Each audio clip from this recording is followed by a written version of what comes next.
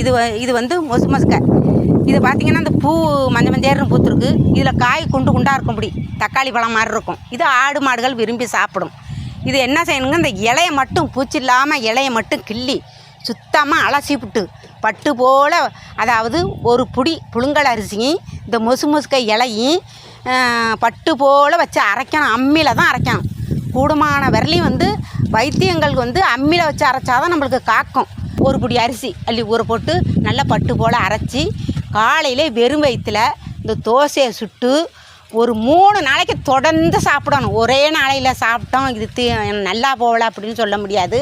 3 நாளைக்கு ஒரு 5 நாளைக்கு காலையில் இதை வெறும் வயிற்றில் வந்து அரைச்சி லேசாக ஒரு பாதி பட்டை மிளகாய், கொஞ்சோண்டு ஜீரகம், கொஞ்சோண்டு மிளகு இது கூட வச்சு அரைச்சி தோசையை ஊற்றி நல்லெண்ணெய் ஊற்றி தான் தோசை சுடணும். வேறு எண்ணெயெல்லாம் அடுப்பு காற்ற மாட்டாமல் வேறு எண்ணெயெல்லாம் ஊற்றக்கூடாது. நல்லெண்ணெய் ஊற்றி தோசையை ஒரு அடை மாதிரி நம்ம தட்டி சாப்பிட்டு, அதாவது அந்த தட்டி எடுத்து நெஞ்சில் நெத்தியில் இந்த கழுத்தில் எல்லாம் கரகரன்னு அறுக்குது பார்த்திங்களா, இதுக்கெல்லாம் வச்சு இப்படி விரட்டி வச்சோம்னாக்கா அந்த சூட்டில் போய் அந்த நெஞ்சில் கட்டியிருக்கிற சளி வந்து சன்னமாக கரைஞ்சி வந்து மலம் வழியாக வந்துடும்.